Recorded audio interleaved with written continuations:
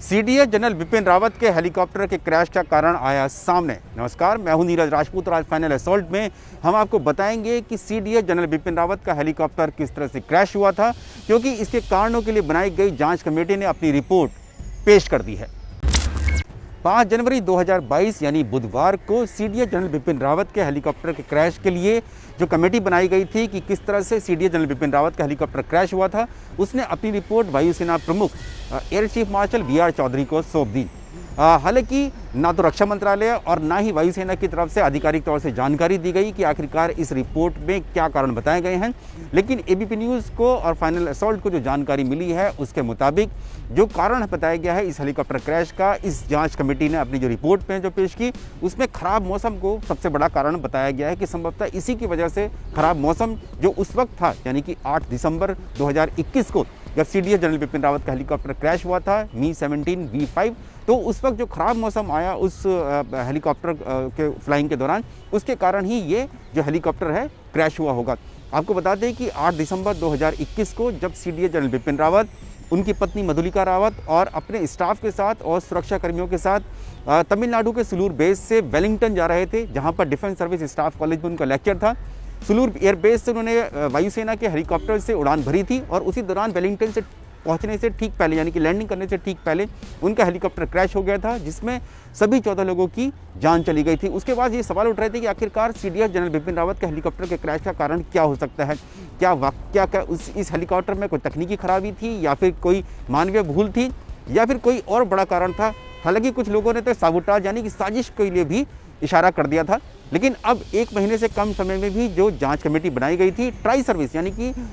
सेना के तीनों अंगों से की मिलीजुली एक जो कमेटी बनाई गई थी, जिसमें थल सेना, वायुसेना और नौसेना तीनों के अधिकारी थे, और जिसकी जो अध्यक्षता थे इस कमेटी के, यानी कि कोर्ट ऑफ इंक्वायरी के, वो एयर मार्शल मानवेंद्र सिंह कर रहे थे, जो कि भारतीय वायुसेना की ट्रेनिंग कमांड के कमांडिंग इन चीफ हैं। वायुसेना प्रमुख ने इस ट्राई सर्विस कमेटी को जिम्मेदारी दी थी कि ये पता लगाए कि आखिरकार जो देश के सबसे बड़े मिलिट्री कमांडर हैं उनका हेलीकॉप्टर आखिरकार किस तरह से क्रैश हो गया। तो इस दौरान इस जांच कमेटी ने, यानी कि जो मानवेंद्र सिंह कमेटी है, इसने जो जितने भी वायुसेना के अधिकारी थे जो उस वक्त सुलूर एयरबेस पर तैनात थे और जिनकी जिम्मेदारी थी इस हेलीकॉप्टर के रखरखाव के लिए या फिर इसकी सुरक्षा के, उन सभी से उनके बयान रिकॉर्ड किए। इसके अलावा इस हेलीकॉप्टर का जब ये क्रैश हुआ था उस दौरान जो था इस हेलीकॉप्टर के क्रैश के ठीक पहले ही एक 19 सेकंड का वीडियो सामने आया था, जो कि एक टूरिस्ट ने बनाया था ऊटी के करीब। उनका वो वीडियो को भी इस जांच का हिस्सा बनाया गया। इसके अलावा जो फ्लाइट डेटा रिकॉर्ड था, यानी कि एफडीआर, जिसे ब्लैक बॉक्स भी कहा जाता है, वो भी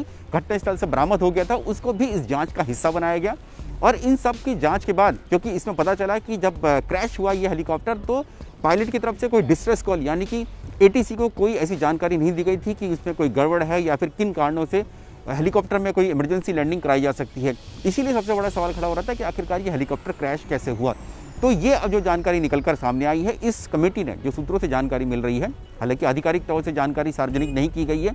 क्योंकि ये भी जानकारी मिल रही है क्योंकि ये एक इंटरनल रिपोर्ट है वायुसेना की, इसीलिए इसको सार्वजनिक हो सकता है कि ना किया जाए। लेकिन आपको बता दें कि इस रिपोर्ट को पेश करने के तुरंत बाद ही जो वायुसेना प्रमुख हैं और साथ ही जो एयर मार्शल मानवेंद्र सिंह हैं, उन्होंने रक्षा मंत्री राजनाथ सिंह को बुधवार को ही, यानी कि 5 जनवरी को, इस पूरी रिपोर्ट के बारे में जानकारी दी कि आखिरकार क्या संभावित कारण हो सकते हैं सीडीएस जनरल बिपिन रावत के हेलीकॉप्टर के क्रैश के। तो उस दौरान जो रक्षा सचिव हैं अजय कुमार, वो भी मौजूद थे, और जो अब जो जानकारी मिल रही है उसके मुताबिक एक बड़ा कारण जो बताया गया है इस हेलीकॉप्टर क्रैश का, वो है CFIT, यानी कि कंट्रोल्ड फ्लाइट इन टेरेन। ये एक तकनीकी भाषा में इसको CFIT कहा जाता है कि क्या कारण हो सकता है क्रैश का। इसमें यह माना जाता है कि जब भी कोई हेलीकॉप्टर कोई क्रैश होता है, उस दौरान पायलट का पूरा कंट्रोल तो था इस हेलीकॉप्टर के ऊपर, लेकिन उस दौरान मौसम ऐसा आया कि वो उनको पता नहीं चल पाया, और जिसके कारण जो हेलीकॉप्टर था वो सीधा जो ज़मीन में जाकर जा टकराया, जिसके कारण ये क्रैश हो गया। हालांकि ये भी बताया जा रहा था, कुछ लोगों ने इस बात की शक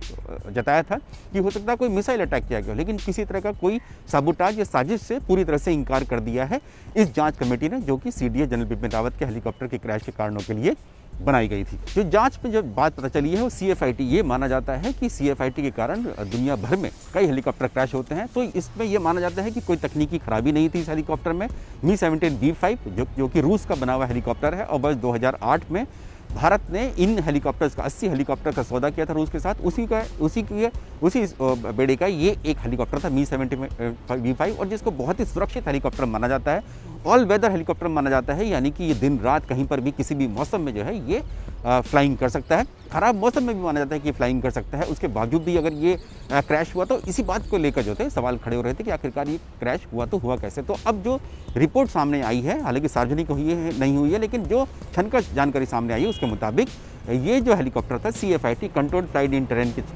के चलते जो था क्रैश हुआ था। क्योंकि जो 19 सेकंड का वीडियो सामने आया था उसमें दिखाई दे रहा था कि जो Mi-17 V5 हेलीकॉप्टर है क्रैश होने से पहले उसके ठीक सामने जो था क्लाउड्स यानी कि बादलों का एक गुबार सामने आ गया था और उसके तुरंत बाद ही ये गुबार आने के तुरंत बाद ही ये हेलीकॉप्टर जो था नीचे क्रैश हो गया था, ज़मीन से जाकर टकरा गया था। उसके चलते ही ये क्रैश हुआ था, क्योंकि आवाज़ भी सुनी थी जब ये नीचे जाकर ज़मीन से टकराया था और उसके बाद इसमें आग लग गई थी, क्योंकि उस वक्त पूरी आग के भी विजुअल सामने आए थे और लोगों ने वीडियो भी बनाए थे कि किस तरह से इसमें आग लग रही थी। तो आग जो लग रही थी वो इसका हो सकता है कि जो फ्यूल टैंक था वो बस गया हो, यानी कि फट गया हो जब नीचे गिरा हो, जिसके चलते इसमें आग लग गई थी। तो ये बड़े कारण जो हैं ये माने गए हैं इस हेलीकॉप्टर क्रैश के। और हालांकि अभी तक जो सार्वजनिक तौर से यानी कि आधिकारिक तौर से कोई बयान सामने नहीं आया है, ना तो रक्षा मंत्रालय का सामने आया है और ना ही वायुसेना का सामने आया है। रक्षा सुरक्षा से जुड़ी हुई कोई भी जानकारी या सवाल आप मुझसे जानना चाहते हैं तो उसके लिए आपको क्या करना है, हमारे इस फाइनल असॉल्ट यानी अनकट के वीडियो के कमेंट बॉक्स में जाकर अपना सवाल पूछना है।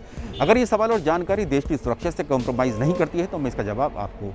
जरूर दूंगा।